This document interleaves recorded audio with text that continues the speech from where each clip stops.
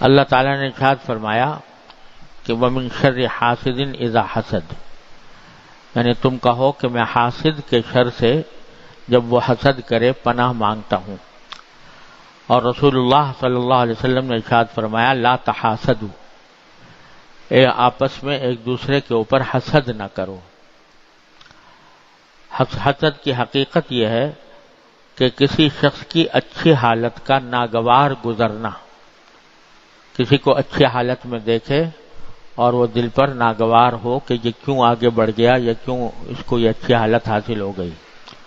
اور یہ آرزو کرنا کہ یہ اچھی حالت اس کی زائل ہو جائے، یہ حسد ہے۔ اس کے 3 درجے ہیں۔ ایک تو کیفیت انسانیہ ہے جس میں انسان معذور ہے، ایک اس کے مقتضا پر عمل ہے، اس میں انسان معذور ہے یعنی گناہگار ہے، اور ایک اس کے مقتضا کی مخالفت ہے، اس میں انسان ماجور ہے یعنی ثواب پانے والا ہے۔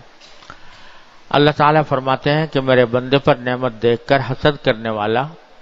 گویا میری اس تقسیم سے ناراض ہے جو میں نے اپنے بندوں میں فرمائی ہے۔ رسول اللہ صلی اللہ علیہ وسلم ارشاد فرماتے ہیں کہ حسد نیکیوں کو اس طرح جلا دیتا ہے، حسد نیکیوں کو اس طرح جلا دیتا ہے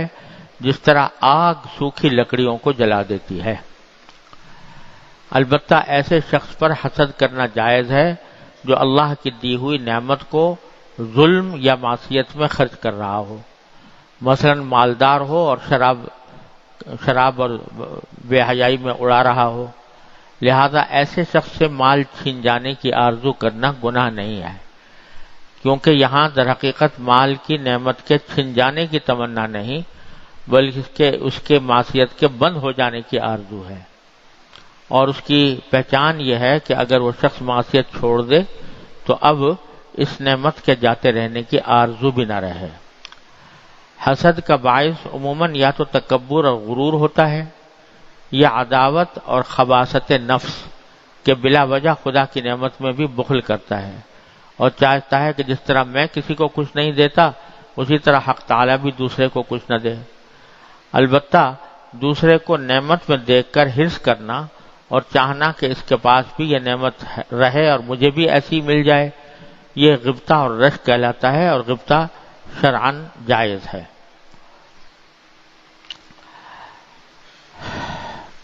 یہ قرآن کریم نے بھی حسد کی مذمت فرمائی ہے، اور حدیث میں بھی رسول کریم صلی اللہ علیہ وسلم نے حکم دیا کہ لا تحاسدوا، ایک دوسرے کے اوپر حسد نہ کرو۔ حسد کی حقیقت جیسا کہ حضرت نے بیان فرمائی یہ ہے کہ کسی شخص کو اچھی حالت میں دیکھ کر دل کو کڑھن ہو کہ اس کو یہ اچھی حالت کیوں حاصل ہو گئی۔ کسی کا مال دولت زیادہ ہے، کسی کو زیادہ مالدار دیکھا تو اس کی وجہ سے دل میں رنج پیدا ہوا کہ یہ اتنا مالدار کیوں ہو گیا۔ کسی کی شہرت زیادہ ہو گئی، اس کی وجہ سے دل میں حسد پیدا ہوا کہ اس کی شہرت کیوں بڑھ گئی۔ اور کسی کو اگر علم کے اندر ترقی حاصل ہوئی تو اس کے اوپر یہ خیال ہونا کہ اس کو یہ کیوں اس کے علم میں اتنا اضافہ ہوا۔ تو دوسرے کی اچھائی کو طبیعت ناگوار سمجھے، اس کا نام حسد ہے، اور یہ اتنی بری بلا ہے کہ اللہ بچائے۔ حدیث میں جیسا کہ ابھی میں نے حدیث پڑھی کہ نبی کریم صلی اللہ علیہ وسلم نے ارشاد فرمایا کہ حسد جو ہے وہ انسان کی نیکیوں کو اس طرح جلا دیتا ہے جیسے کہ خشک لکڑی کو آگ جلا دیتی ہے۔ جس طرح خشک لکڑی ہو اور آگ لگ جائے اس میں تو وہ جل کر راکھ ہو جائے گی، اسی طرح حسد انسان کی نیکیوں کو جلا دیتا ہے۔ یعنی جو نیک کام کر رکھے ہیں، نماز پڑھی، روزے رکھے، تلاوت کی، ذکر کیا، تسبیحات کی، صدقہ خیرات کیا، یہ سارے نیک اعمال ہیں، لیکن اگر حسد کسی کے ساتھ حسد کیا اور حسد کے نتیجے میں جو اس کا ناجائز پہلو ہے وہ اختیار کیا، تو اس کے نتیجے میں نیکیاں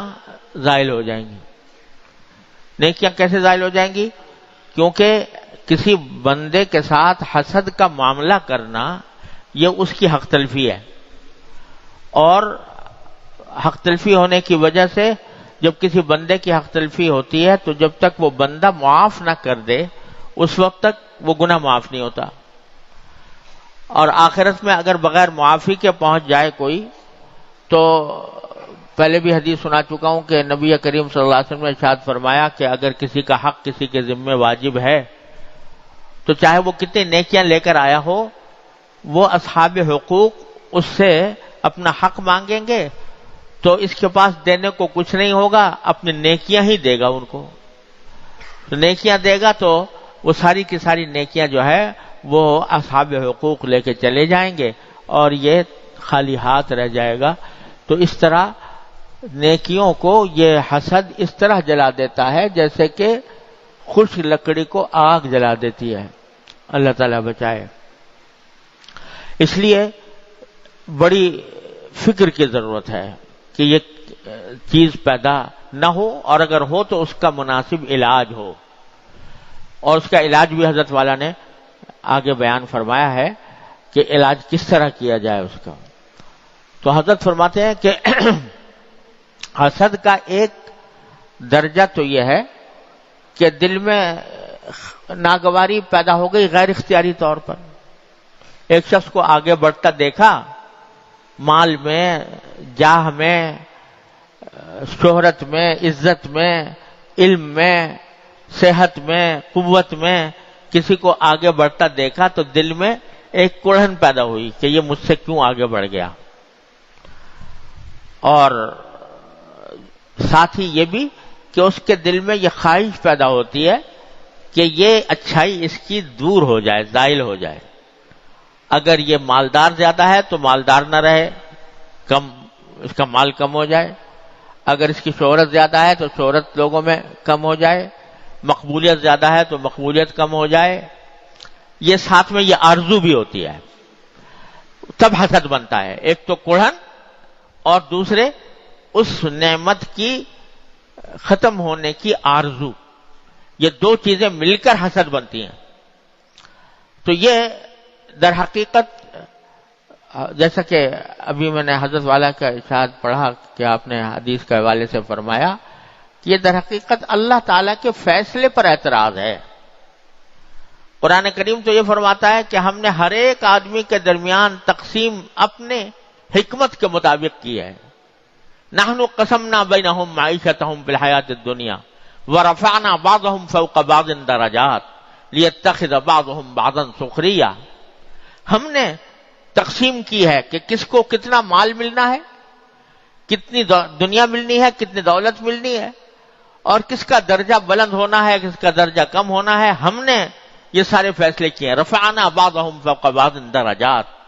یہ ہم نے اپنی حکمت سے کیے ہیں۔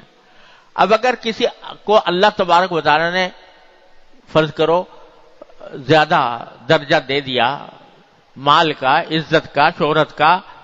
کسی چیز کا درجہ زیادہ دے دیا، اور آپ کے دل میں کڑھن ہو رہی ہے کہ وہ کیوں آگے بڑھ رہا ہے، تو یہ اللہ تبارک و تعالی کے فیصلے پر اعتراض ہے کہ اللہ تعالی نے ایسا کیوں کیا، اس کو کیوں بڑھا دیا۔ تو اور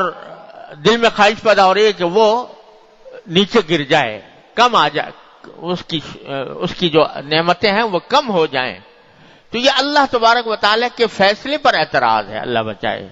اللہ تعالیٰ کی تقدیر پر اعتراض ہے۔ تو اتنا بڑا کہ ایک بندہ جو بھنگے کی بھی جس کی کوئی حیثیت نہیں، وہ اللہ تبارک و تعالیٰ کے فیصلے پر اعتراض کرے کہ آپ نے فلاں کو کیوں دے دیا زیادہ، فلاں کو کیوں زیادہ کر دیا، یہ اتنی بڑی گستاخی ہے اللہ تبارک و تعالیٰ کی بارگاہ میں کہ جس کا کوئی انتہا نہیں، کہ اللہ تعالیٰ کے فیصلے پر اعتراض ہو رہا ہے، اللہ تعالیٰ کی تقدیر پر، اللہ تبارک و تعالیٰ کے تقسیم پر اعتراض ہو رہا ہے۔ یہ اعتراض اللہ بچائے، یہ اللہ تبارک و تعالیٰ کے حق کی بھی حق تلفی بھی ہے اور بندوں کی حق تلفی بھی ہے۔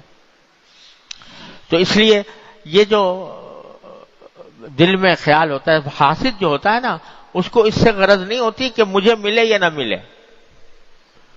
یہ ہوتا ہے کہ دوسرے کی نعمت زائل ہو جائے، وہ ختم ہو جائے کسی طرح، وہ مجھ سے آگے نہ بڑھنے پائے۔ تو یہ جو حسد ہے یہ اتنی بڑی بلا ہے، لیکن اس کا ایک درجہ تو ایسا ہوتا ہے جو انسان کے اختیار میں نہیں، یعنی کوئی خبر سنی، کسی کی آگے بڑھنے کی خبر سنی کسی چیز میں، اس سے دل میں ایک رنج پیدا ہوا، خود بخود، اپنے اختیار سے نہیں کیا، خود بخود دل میں رنج پیدا ہو گیا۔ اب یہ چونکہ غیر اختیاری ہے، اس واسطے حضرت فرماتے ہیں کہ غیر اختیاری ہونے کی وجہ سے اس کے اوپر فوری طور سے تو کوئی گناہ نہیں ہے، فوری طور سے گناہ نہیں ہوتا، اور اس کے اوپر کوئی فوری طور سے عذاب، کیونکہ انسان کے اختیار سے باہر ہے۔ لا یکلف اللہ نفسا الا وسعها، اللہ تعالیٰ نے ہر ایک شخص کو اپنی وسعت سے زیادہ کا مکلف نہیں کیا۔ اگر اختیار کے بغیر ایسا خیال پیدا ہو رہا ہے تو اس پر اللہ تعالیٰ کی طرف سے مواخذہ نہیں ہوتا، جب تک کہ آدمی اس خیال کے اوپر عمل کرتے ہوئے کوئی کام نہ کرے، اس وقت تک نہیں۔ لیکن عام طور سے ہوتا یہ ہے کہ جب یہ خیال پیدا ہوتا ہے حسد کا، چاہے غیر اختیاری طور پر خیال پیدا ہوا ہو، تو پھر کوئی نہ کوئی بات ایسی سرزد ہو جاتی ہے جو ناجائز اور گناہ ہوتی ہے۔ مثلا دل میں چونکہ رنج تو تھا ہی اس بات سے کہ فلاں آدمی کی دولت زیادہ ہو گئی، فلاں کی شہرت زیادہ ہو گئی، فلاں کی مقبولیت زیادہ ہو گئی، فلاں کو لوگ زیادہ اچھا سمجھنے لگے، فلاں کی صحت زیادہ اچھی ہو گئی، قوت زیادہ مل گئی، اس پر دل میں رنج تو تھا ہی۔ اب رنج لیے بیٹھا تھا، اتفاق سے اس کا کہیں ذکر چھڑ گیا مجلس میں اس آدمی کا، تو ذکر چھڑنے کے نتیجے میں چونکہ دل میں رنج بیٹھا ہوا تھا، لیے بیٹھا تھا، تو کوئی کلمہ ایسا بول دیا جس سے یا تو اس کی غیبت ہو گئی، یا اس کے سامنے ہی صحیح لیکن کوئی بات ایسی کہہ دی جس سے طعنہ ہو گیا اس کے اوپر، کوئی ایسی بات کہہ دی جس سے اس کا استہزاء ہو گیا، مذاق اڑانے کا انداز پیدا ہو گیا، یا کوئی ایسا کلمہ کہہ دیا جس سے اس کی دل آزاری ہو گئی۔ تو یہ جب دل میں وہ کڑھن لے کے آدمی بیٹھتا ہے اور اس کا علاج نہیں کرتا، تو بالآخر یہ کسی نہ کسی وقت میں جا کر اس کے لیے گناہ کا سبب بن جاتا ہے یہ، اور کوئی بات ایسی سرزد ہو جاتی ہے، منہ سے کوئی بات نکل جاتی ہے، کوئی کام ایسا ہو جاتا ہے کہ اس کو فرض کرو طبیعت میں حسد تو لیے بیٹھا ہی تھا، اب کسی موقع پر اس کا فیصلہ کرنے کا وقت آ گیا، اس کے ہاتھ میں مثلا اس کی کوئی درخواست آ گئی، اس کا کوئی مطالبہ آ گیا، تو اس کے ناحق اس کے خلاف فیصلہ دے دیا۔ تو اگر یہ کڑھن دل میں رہتی ہے اور بکثرت رہتی ہے تو کبھی نہ کبھی وہ انسان کو کسی اختیاری طور پر کسی گناہ کے اوپر مجبور کر دے گی، اور کہیں نہ کہیں وہ اس حسد کے ناجائز مظاہرے میں مبتلا ہو جائے گا۔